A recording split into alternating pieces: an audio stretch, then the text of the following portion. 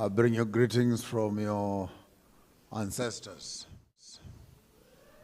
I don't come alone. I come with all of them from the great kingdom of Zimbabwe, which included Tanzania, Malawi, Zambia, Zimbabwe, Botswana, even South Africa, Lesotho, and Swaziland. The great kingdom of Zimbabwe has more than 286 sites, with the great Zimbabwe as the greatest. Just for the purpose of the record, we had the great Zimbabwe before you had Great Britain. Just so that you know. We were there as early as the 5th, 6th century. The British kingdom can only be spoken about in the 17th century, which is yesterday. We were great before even the British knew how to bath. Before they even knew how to build a street, we were building empires. We are not from the great Zimbabwe kingdom. We are from the great Zimbabwe empire. And the Zimbabwe empire worked together with the Congo, the Chitikulu empires within the Congo basin. Monomotapa is from the 14th, 18th century. He was the last one. But before Monomotapa, we had Murenga, we had Tovera from the great spaces of Guru, Swa, and Embo. So Monomotapa is the colonial history which they... And by the way, while we are there, let me be quick to remind you that the new name for Britain is now going to be called Pambepfumi. I discovered it. I discovered a place where people's ears shine with the sun. I have found people who have no knees. I found tomb raiders. And we have decided to call them Pambepfumi, which means the thieves of other people's wealth. So from today onwards, you are not living in Britain. You are living in Pambepfumi. And London in particular will no longer be called London.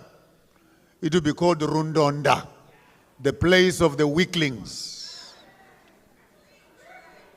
Rundonda. Ndonda is someone who is always weak. I've never seen a country and a town which has a sick mental hospital on every corner of the street. So you are not in London here, you are in Rundonda. And the River Thames is no longer River Thames, it's going to be called Zibaremcha, a pool of dogs. Not even dogs can drink from that river, dirty river. But anyway, the list can go on, as we have also discovered this land. But I come here not in an arrogant way. This used to belong to the great Moors. The queens of the palace themselves are not white people, they are black. Just in case you did not know, I came to visit my grandchildren here. Though they think they are white, their royalty is all black. How can you put a lion as a symbol on your kingdom when you don't even know what a lion looks like? That's for another day. I bring you good news from the great empires of the South, with the empires of Central Africa in Embo, Kirinyagas, the Embo kingdoms of Congo.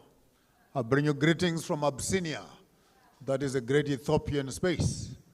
I bring you greetings from Carthage, which is the Egyptians and the Libyans, though they whitened up with the white Arabs, but the original Egypt was actually the dark-skinned. Just in case you did not know. Why do I say that with such arrogance? Because the Masons who built the great Zimbabwe, the pyramids of Sudan, the pyramids of Nigeria. Did you know we have more pyramids in Sudan than we have in Egypt? But anyway, if you don't know, you don't know. And then you talk about the Stonehenge here, which is so primitive. When you get to the Great Zimbabwe and in Zaloyelanga and Mpumalanga, then you find the correct science of the clock, which they try to duplicate in the Stonehenge here. So, man, we are not talking about their history. This is our history. I went there to Stonehenge. It will no longer be called Stonehenge. It will be called Masvingo, the place of ruins, the place of stones. When you get there, you find our huts all thatched up grass, exactly the way we do it in the South. And I looked at this history and I said, no, no, no, no, no. You did not start making these thatched houses. This is stolen history. You were in the caves of the Caucasus, right in the caves there. So when you start talking construction, architecture, masonry, mining, cloth, design, medicine, you can't do that without us, the Kemetic people. We are not claiming this history. This is our history. And then you wonder why when they do movies, they give us a white Cleopatra. And say, okay. The kings of Egypt, okay. Man, we cannot be taught by our children who we are. There's no European who can tell me who I am.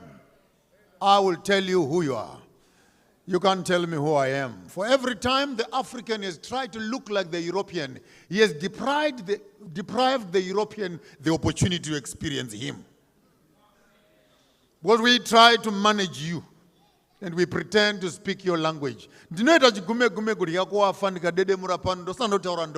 will use this English language for the cosmetics that it has, but not for the depth that it contains. For there is stuff in our tribe and nations, we cannot explain it in English.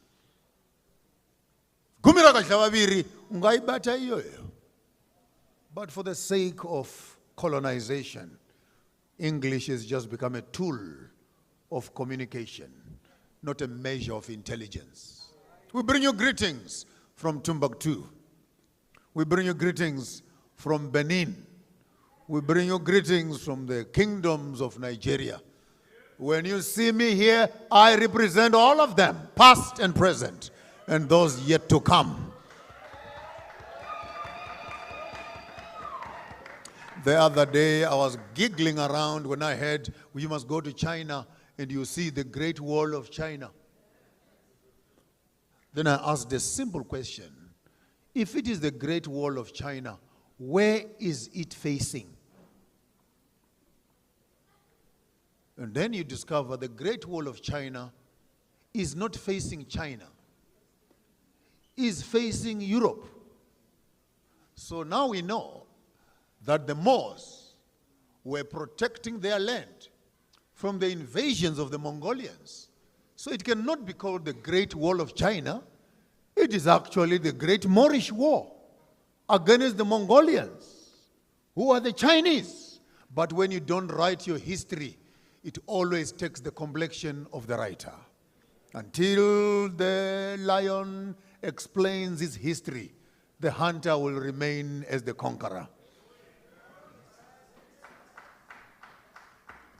But that's for a beautiful moment of taking me and allowing me to come and share this space with you here in Rundonda. I am quite excited to share some moments. I will take you away. I love the young man who was doing the slogans here, Giji, Gijima, Gijima. You know, beautiful, reminds me of Malema back home. But you know, when people are fighting, intellectual conversations become a luxury because survival becomes critical. You will pardon me, my tongue is that of the ancestors. It might get twisted, but in the midst of the proverbs, I hope you'll be able to catch the innuendos of the conversation. In the abundance of food and peace and security, people begin to think, because poverty and a hungry stomach does not know politics. Hungry people cannot think straight. So when you starve people, you deprive them of mental capacity. So in the moments of war, we slogan. But when peace resides, we introspect. and we become spiritual. So I would have loved to teach you a chant of peace. I would have loved to teach you a chant of war, but I'd rather play for you a song, a lullaby, to send you to sleep. For a very good reason. The battle is ahead of us. I need us to sleep one last time. Not to sleep as of negligence, but to sleep as of to recover strength. We will need all the strength tomorrow. We cannot spend the night dancing and chanting again, when tomorrow we need all our brains and our strength, our vigilance, our eyes, our ears, the alertness of our bodies must be calibrated in the rest of our bodies. So let's sleep for the night. For tomorrow morning, there's work and there's war. And all good soldiers like myself, we know there is nothing that beats a good night's sleep before the battle tomorrow. And just in case you did not know, it could be the last sleep you have this side. You may as well sleep as much as you can and have a conversation with your ancestors. For tomorrow, when the spears and swords clatter in the air, your soul might come and join us over here. So sleep just one more night. For it's only a night that separates you from life and freedom. And if freedom does not find you, your ancestors will always welcome you. So sleep is not such a bad thing. It's a moment of recalibration and connection. The world is making business out of those who cannot sleep. It's an expensive business.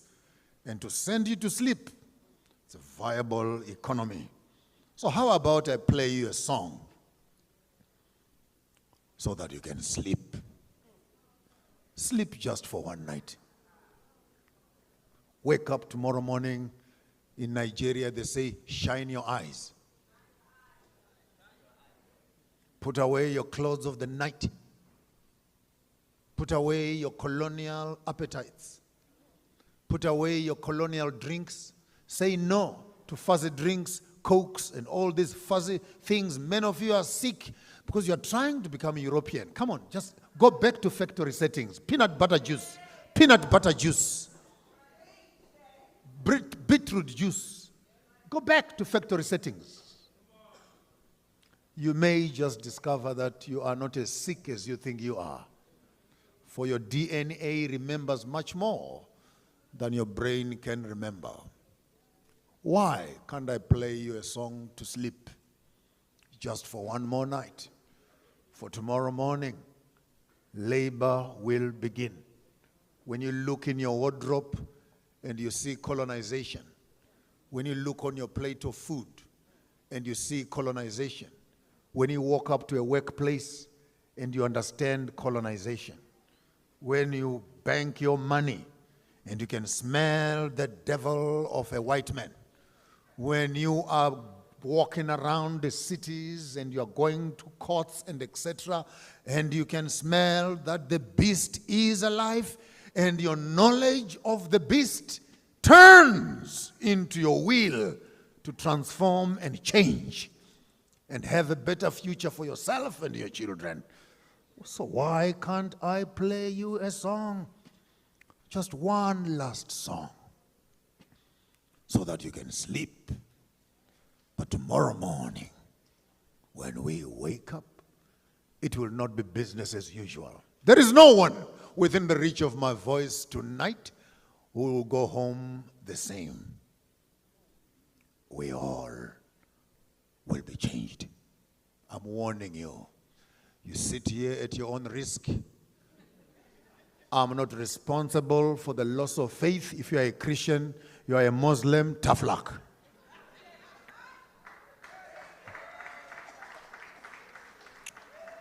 I am not responsible for what will happen after this conversation. But I must talk, and if I should write my own epitaph, I can write it with my own blood. For that's what life is all about. A man who does not know what to die for does not know what to live for. So let me die. Let me die. Then maybe I can live. So why can't I play you a song and send you to sleep one last time? And tomorrow morning, the battle will begin. Where Martin Luther ended, we start. Where Garvey ended, we start. Where Malcolm X ended, we start. They almost were thinking like the battle is over. As many of us were staggering in the intoxication of colonization, celebrating Easters and Christmases, Halloween nights, and they thought they had caught us. But here you are when you see me and something in your blood begins to boil. Then you know the African is never dead. It was just a seed that went into the ground. The time of germination has started. I said, let me sing you a song and send you to sleep. One last time. Your ancestors who are sleeping in the grave, but they are alive in your bones, will you hear me?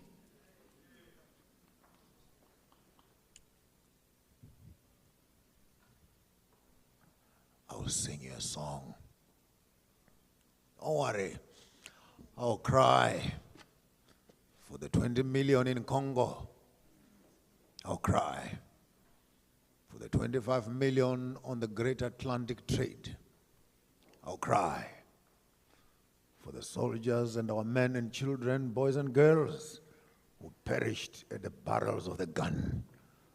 I'll cry for millions who continuously suffer in these lands of oppression. My tears are worth nothing.